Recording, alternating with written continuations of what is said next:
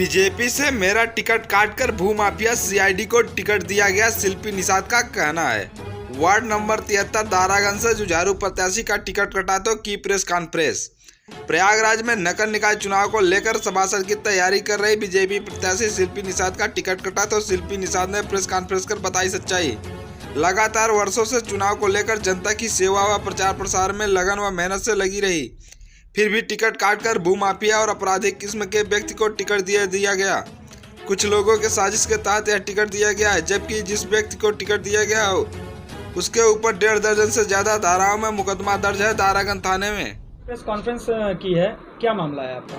मामला हमारा ये है कि मैं 2016 से बीजेपी के लिए निस्वार्थ कार्य की हूँ और उसके बावजूद भी हमने टिकट लेने के लिए बहुत ही प्रयास किया और जो है हमें टिकट नहीं दिया गया। और जो कि प्रत्याशी हारा हुआ है एक बार का और पहले भी कांग्रेस से पार्षद रहते हुए और पैसे के बल पे टिकट दिया गया। और इनकी आपराधिक जो है हिस्ट्री बहुत ही लंबी चौड़ी है। इनके पास इतना ज़्यादा जो है संदिग्ध मामला हैं, उनके ऊपर ऐसे धाराएं रहते हुए भी इन्होंने इस तरह पैसे दे के टिकट लिया है। और हम चाहते हैं कि ये अगर ऐसे लोगों को टिकट भारतीय जनता पार्टी दे रही है तो किस बेस पे दे रही है, कौन कार्य करेगा। और वो भी अपनी पत्नी को टिकट दी है जो कि इनकी पत्नी नहीं है, ये इनकी भाई की पत्नी है सुप्रिया दास। इनके 2 बच्चे हैं, 2 बच्चे दोनों ही अपने भाई के ही हैं। ये स्वयं अपनी भाई की बीवी को अपने गुंडई के बल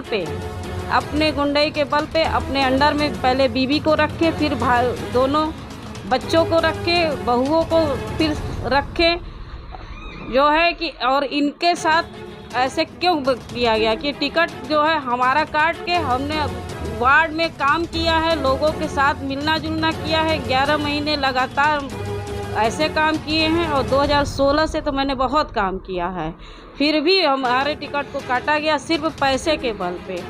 लगातार आप क्षेत्रों में काम करती रहे, मेहनत करती रहे, टिकट को लेकर आपको टिकट काट दिया गया। आप माननीय योगी आदित्यनाथ जी से क्या कहना चाहते हैं? हम माननीय योगी जी से ये कहना चाहते हैं कि वो ऐसे तत्व को टिकट देने में बिल्कुल जो है साथ न दें और इनके ऊपर विशेष ध्यान दें। इनकी जो भी धाराएं हैं कम नहीं हैं, 19 से 20 धाराएं, 25 धाराएं हैं, कोई और भी निकाला जाएगा तो और भी धारा है। और सब कोई भी धारा ऐसा नहीं है कि जो नहीं है। और उसके बावजूद भी ये सिर्फ पैसे पे विधायक से लेके अध्यक्ष से लेके हर किसी को खरीदने की कोशिश की है। और यहाँ के बड़े बड़े नेताओं ने मिलके इनका टिकट जो है फाइनल करवाया है बैठ के लखनऊ में। लगातार आप बीजेपी नीतियों पर काफी गांव क्षेत्र में मेहनत करती रही, आपको टिकट नहीं मिला, क्या आपको किसी और पार्टी से आना चाहेंगे क्या? जी नहीं, हम टिकट किसी और पार्टी से नहीं लेंगे। अगर टिकट नहीं पार्टी दी है तो हम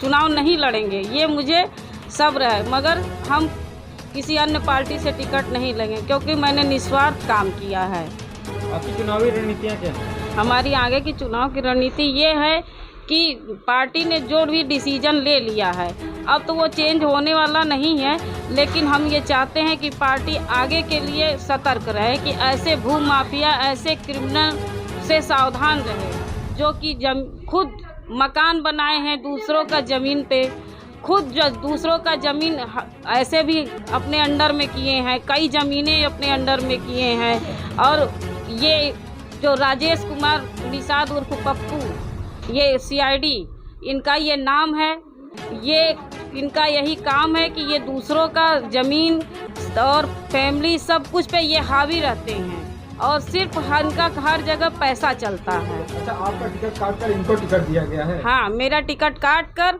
पप्पू सीआईडी को टिकट दिया गया है। जो कि चुनाव को लेकर तैयारी कर रही थी, किन किन नेताओं को पता था कि आपको टिकट यहाँ से मिलना चाहिए? टिकट के लिए मुझे माननीय अध्यक्ष गणेश केसरवानी जी को भी पता था, माननीय विधायक हर्षवर्धन वाजपेयी जी को भी पता था, सांसद केसरी देवी पटेल जी को भी पता था कि मैं चुनाव लड़ने वाली हूँ, सभी को पता था।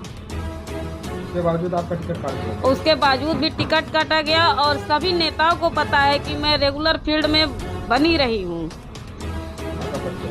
हमारा परिचय शिल्पी निषाद, वार्ड नंबर 73। क्षेत्र कौन सा है? दारागंज। लोग लगातार बीजेपी रणनीतियों पर तैयारी करते रहे और आपकी माता जी बीजेपी को लेकर तैयारी कर रही थी सभा से चुनाव को लेकर के, क्या उसमें दिक्कतें आ रही है? क्या आप कहना चाहते हैं मीडिया के माध्यम से? मैं ये कहना चाहता हूँ कि मेरी माताजी 2016 से भारतीय जनता पार्टी की एक कर्मठ नेता थी और ज़मीनी स्तर पे हर एक आदमी की, हर एक लोगों से, हर माताओं बहनों का काम सुना करती थी, सभी माताओं बहनों का काम किया करती थी और किसी भी दुख मुसीबत में आगे रहती थी। इन 11 महीनों में जब से पार्षदी के चुनाव का ऐलान हुआ है, इन 11 महीने में मेरी माताजी ने बहुत मेहनत किया। यहाँ तक कि हमारे विधायक इंजीनियर हर्षवर्धन वाजपेयी जी, हमारे महानगर श्री गणेश केसरवानी जी, हमारी सांसद फूलपुर श्रीमती केसरी देवी पटेल जी, इन जैसे लोगों से, सभी नेताओं से भारतीय जनता पार्टी के सारी बातें हुई थी और सबको ये पता था कि मेरी माताजी पार्षद चुनाव के लिए प्रत्याशी हैं भारतीय जनता पार्टी की। उसके साथ साथ हमारी माताजी गोरखपुर मंदिर से, जहाँ की मेन हमारे नाना जी गोरखपुर मंदिर के एक काफ़ी अच्छे कार्यकर्ता में थे, उन्होंने भी इस चीज़ का प्रस्ताव रखते हुए हमारी माताजी के भारतीय जनता पार्टी से प्रत्याशी के टिकट के लिए काफ़ी प्रयत्न किया, कोशिश की। उसके बाद यहाँ पर हमारे गोरखपुर मंदिर का अपमान हुआ, यहाँ पे माननीय योगी आदित्यनाथ जी का अपमान हुआ है, जो कि हमारे उत्तर प्रदेश के काफ़ी लोकप्रिय, अभी तक के सबसे महान जिसमें कहा जाता है मुख्यमंत्री हैं। और जिस व्यक्ति को टिकट दिया गया ना, वो व्यक्ति किस प्रकार का है? जिस व्यक्ति को टिकट गया है वो राजेश कुमार निषाद उर्फ पप्पू सीआईडी, जिसके खिलाफ 19 से 20 संदिग्ध मामले दर्ज हैं दारागंज थाने में, जिसमें 302, 307 फिरौती जैसे कई अन्य केस हैं, मीसा जैसे और कई केस हैं। उसके बावजूद भी उसने भारतीय जनता पार्टी से पैसे दे करके टिकट लिया है और हमारी माताजी का जो अभी तक का मेहनत था, अभी तक हमारी माताजी एक कर्मठ नेता थी, वो सब की मेहनत पे पानी फिरा चुका है। एक सरल स्वभाव की महिला का टिकट काट करके एक अपराधी का टिकट दिया गया है, इसे क्या संदेश जाएगा समाज को? इससे ये संदेश जाएगा कि जिस आदमी ने जिस घर में रह रहा उस घर के ऊपर अवैध तरीके से कब्जा किया, उसके बाद उस घर को लीगल बनाने की कोशिश किया, हो सकता हो लीगल बना भी लिया हो। और हमारी माताजी जो कि एक छोटी सी हमारी लोगों की दुकान है, छोटा सा दुकान है जिसकी टॉफ़ी बेचते हैं हम लोग, मेहनत करते हुए एक संदिग्ध मामले जिस आदमी के खिलाफ हो उसे टिकट दिया गया। वह आदमी जो कि शुरू से जिसका नाम पप्पू सीआईडी है, सीआईडी जिसको कहा जाता है सीआईडी उसका नाम ऐसे नहीं पड़ा, वो बहुत ही सीआईडी दिमाग का था, इसीलिए उसका नाम सीआईडी पड़ा।